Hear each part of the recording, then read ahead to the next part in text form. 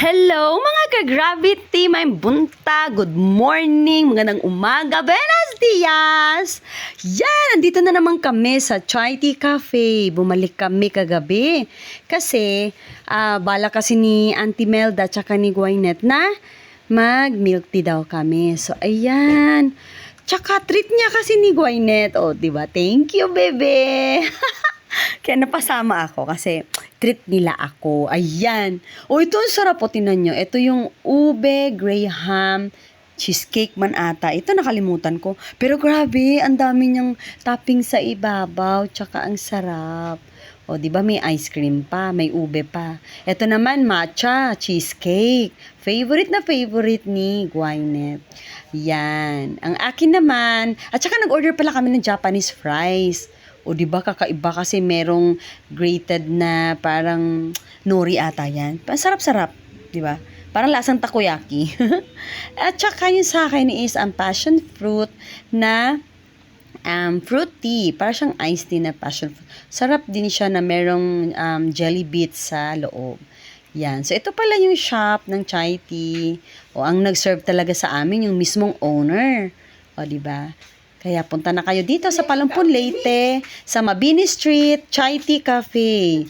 Yan, ito nakuha ko na yung order ko. O, di ba?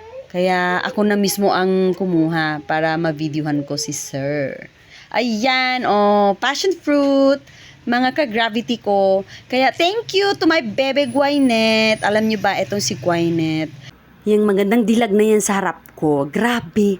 Talagang nakaka-proud yung batang yan. Alam nyo bang sobrang bright niyan? Since nag-aral yan dito sa Palumpon, wala nang binigayan kundi puro awards. Tapos palagi pa yan nasa top 1 sa school. O di ba nakaka-proud? Tapos bago lang yan siya nakatanggap ng license niya bilang RMT. Kasi nakapasar siya sa board exams. O di ba nakaka-proud? Alam nyo ba, grabe ang suporta ko din dyan. 2 beses na siya, 2 taon na yan siya nanalo bilang Miss RTR sa school nila, bilang representative ng medtech ang department.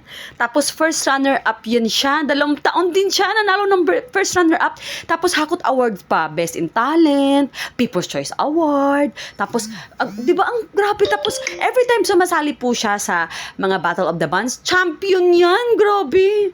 Tapos sumali pa siya sa mga himig ng mga kampyonado dun sa Ormoc. O di ba nanalo din siya bilang representative ng Palumpon? O sino ba naman hindi mag-proud niyan sa batang yan? Kaya thank you. So proud of you. Mwah!